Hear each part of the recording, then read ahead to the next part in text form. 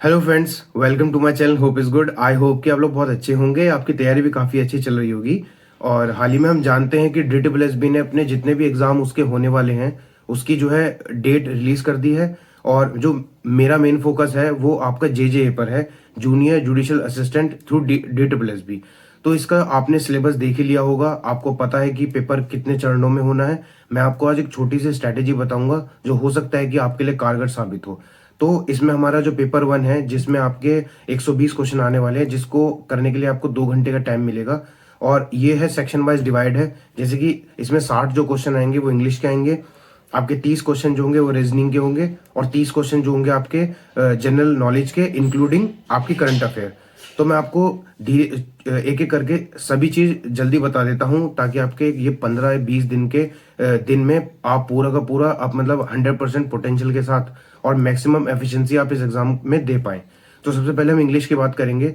तो आप इंग्लिश में आपको क्या करना है, देखिए, आपको इंग्लिश में कुछ नहीं करना है। आपको सिर्फ और सिर्फ आपको 120 रूल्स जो होते हैं इंग्लिश के, उसकी कोई भी मैराथन क्लासेस आप यूट्यूब से कर लीजिए। दिन में 2 या 3 घंटा वीडियोस को देखिए। उसके जो नोट्स हैं, कि हर वीडियोस के आजकल PDF पड़ी हैं उनके टेलीग्राम ग्रुप पर, तो आप वहां से उनको ले सकते हैं और उन वीडियोस को आप शुरू करिए और पूरा का पूरा वीडियो को खत्म करिए। आपको मैक्सिमम ये काम 3 या 4 दिन के अंदर कंप्लीट कर देना है। ठीक है, 2-3 घंटा आप वीडियोस देखिए, उससे ज्यादा मत देखिए। उसके बाद उन्हीं जितने भी आपने ग्रामर रूल्स पढ़े हैं उसको आप प्लेन टू पैरामाउंट, जो आपकी नीतू सिंह मैम की जो किताब है, या फिर आप पिनाकल की जो बुक है, या फिर बहुत ऐसी किताब है जो आपको टेलीग्राम पे फ्री ऑफ कॉस्ट मिल जाएंगी, उनको डाउनलोड करके वहां पर आप उनकी प्रैक्टिस कर लीजिए। ये आपकी होगी ग्रामर की पार्ट की बात। अब मैं बात करता हूँ और सारे सेक्शंस की कैसे होगी। जो इसमें वोकेबलरी वाला सेक्शन है उसको आप, एक एप्लीकेशन आती है vocab 24, आप उसको अपने मोबाइल में डाउनलोड करके उसके सिनोनिम्स और एंटोनिम्स, इडियम फ्रेजेस, इन 3 चीज की, और वन वर्ड सब्स्टिट्यूशन, 4 चीज की जो पूरी प्रैक्टिस है वो आपको उस एप्लीकेशन से हो जाएगी। बहुत ही मोनोटोनस हो जाता है हमारी चीजें अगर हम पेपर से ही सारी चीजें रिवाइज करते हैं। आजकल जो है जमाना थोड़ा एडवांस है, आप उसको क्विज के फॉर्म में थोड़ा याद करने की कोशिश करिए। अब आजकल जितने भी स्टूडेंट हैं वो सभी लोग एक रनिंग फेज में है, तैयारी कर ही रहे हैं। तो मैं ये मान के चलता हूँ कि इतनी इंग्लिश उनकी इतनी कमजोर नहीं होगी। आपको थोड़ा सा इस एग्जाम को थोड़ा एज देना है। अब ये देखिए, एग्जाम का अगर आप सिलेबस देखेंगे तो काफी आसान है, बट पता है प्रॉब्लम इस बात की आती है, जब बहुत ज्यादा कैंडिडेट हो जाते हैं हमारे, तो वो आसान चीजें भी थोड़ी टफ हो जाती हैं। और आप लगा लीजिए 546 वैकेंसी है, तो थोड़ा सा टफ है। इसलिए आप इंग्लिश को अच्छे से पढ़िएगा। 60 मार्क्स है, कोशिश करिएगा कि आप 50+ मार्क्स इसमें लेके आए। ये हमारी इंग्लिश की बात हो गई।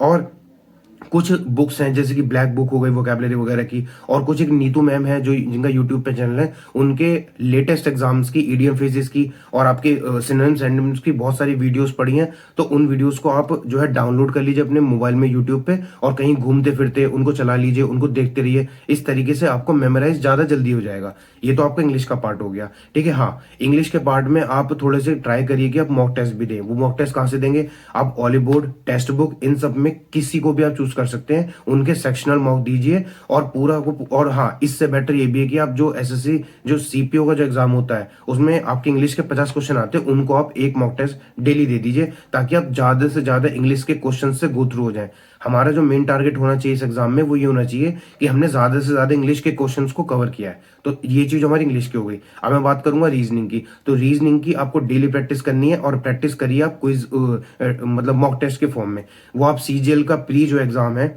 उसको सेक्शनल मॉक उसके दे सकते हैं, या फिर आप जो सीपीओ के जो एग्जाम्स होते हैं, सीएचएसएल के होते हैं, उनके सेक्शनल मॉक दे दीजिए। एसएससी मतलब उनके रीजनिंग के जो टेस्ट होते हैं उससे आपकी रीजनिंग हो जाएगी। मैं ये सेक्शनल मॉक के लिए इसलिए कह रहा हूँ क्योंकि पेपर है 2 घंटे का, तो इसमें हमारे साथ टाइमिंग का कोई इशू नहीं आएगा। हम चाहते हैं कि ज्यादा से ज्यादा क्वेश्चन हमें पता लग जाए किस किस तरीके के होते हैं। ठीक है, ये हो गई रीजनिंग के बाद। अब मैं बात करता हूँ जनरल नॉलेज की। तो जनरल नॉलेज का सीधा सिंपल हिसाब है कि आप कोई भी मैराथन क्लासेस, अगर आप मान लीजिए कि आपको फिजिक्स नहीं आती, केमिस्ट्री नहीं आती, तो आप ये वो टाइम नहीं है कि आप पूरी किताब उठाओ लूसेंट की और उसको पढ़ने बैठो। आप क्या करो, यूट्यूब पर बहुत सारे चैनल है, जैसे कि मैं जानता हूँ एग्जाम क्वेस्ट करके एक यूट्यूब चैनल है। आप उसके यूट्यूब पे जाइए, आप वहां पे 4 से 5 घंटे की मैराथन क्लासेस है हर सब्जेक्ट की, या फिर एसएससी परमार से भी आप पढ़ सकते हैं। उन क्लासेस को आप करिए। उनके जो नोट्स हैं वो आपको टेलीग्राम ग्रुप पर उनकी पीडीएफ मिल जाती है। हैंड रिटन नोट्स मत बनाना, उनकी पीडीएफ को डाउनलोड करके उन लेक्चर्स को समझिए। और फिर उसके बाद क्या करिए, आप एसएससी के जितने भी प्रीवियस क्वेश्चंस हैं उस पर्टिकुलर सब्जेक्ट के, उनको लगाइए। पेपर इतना लेवल का हार्ड नहीं होने वाला। डीप नॉलेज के जाने के चक्कर में आप ऊपर ऊपर मतलब बाकी चीजें मत बेकार कर देना, कि ऐसा नहीं कि आप पूरे यूपीएससी और पीसीएस लेवल तक के लिए आपको जनरल नॉलेज अपनी तैयार कर रहे हैं। तो आप ऊपर ऊपर से पढ़ लीजिए, आपको नॉलेज होनी चाहिए। 30 में से अगर मैं मानता हूं कि आप अगर 20 क्वेश्चन भी कर पाएंगे तो आप काफी अच्छा परफॉर्म कर देंगे एग्जाम में। अब बात करता हूँ करंट अफेयर की। करंट अफेयर को आप क्या करिए, आप मंथली करंट अफेयर उठाइए किसी सब्जेक्ट के, और जो वीडियोस चलती हैं उन वीडियोस को चलाइए, प्रिंट कराइए पीडीएफ। जैसे कि मैं आपको दिखा सकता हूँ स्टडी आई, क्योंकि मैंने अभी ये जनवरी का 2024 का एक ये जो है प्रिंट कराया पीडीएफ, और मैं इसको इस तरीके से पढ़ रहा हूँ, है ना। मतलब वीडियोस चलती रहती है, अब इंपॉर्टेंट चीजें अपनी पीडीएफ में लिखिए, और इस तरीके से ना मतलब एक तरह मॉडर्न तरीके से आप तैयारी करिए, स्मार्ट वे में। अब वो ट्रेडिशनल मेथड को फॉलो मत करिए, उससे आप काफी लैग हो जाएगा। उसमें क्या इतना टाइम बचा भी नहीं है, अभी लगभग 15 से 20 दिन के आसपास हमारे बच रहे हैं, 15-20 दिन भी पूरे नहीं है। तो जो है आप थोड़ा सा स्मार्ट वे में अगर आप तैयारी करेंगे तो हो जाएगा। बाकी टाइपिंग की जो बात होगी वो इस एग्जाम के बाद हम बात करेंगे, और जो भी डिस्क्रिप्टिव की बात होगी वो भी बाद में करी जाएगी। और मेरा जो चैनल है वो स्पेशली टाइपिंग के लिए डेडिकेटेड है। तो अगर आपको अभी से ही टाइपिंग शुरू करनी भी हो तो आप मेरे टेलीग्राम ग्रुप पर जुड़कर बहुत सारे फ्री जो सॉफ्टवेयर हैं टाइपिंग के उनको अवेल कर सकते हैं, उनसे आप टाइपिंग प्रैक्टिस शुरू कर सकते हैं। बाकी जब ये एग्जाम हो जाएगा तो मैं आपको 0 लेवल से टाइपिंग सिखाऊंगा कि किस तरीके से टाइपिंग करी जा सकती है। और बाकी और कोई वीडियोस आपको देखने की जरूरत नहीं है। इट्स हाई टाइम कि आप बस अपनी रिवीजन करें और ज्यादा से ज्यादा मॉक टेस्ट वगैरह दे दें। वो मॉक टेस्ट में स्पीड के लिए नहीं कह रहा हूं, मैं ये कह रहा हूं कि आप ज्यादा से ज्यादा क्वेश्चंस को देख पाए। तो गाइज अगर आपको ये वीडियो अच्छी लगी तो आप लाइक करिए, और इस तरीके से चैनल पे बने रहिए।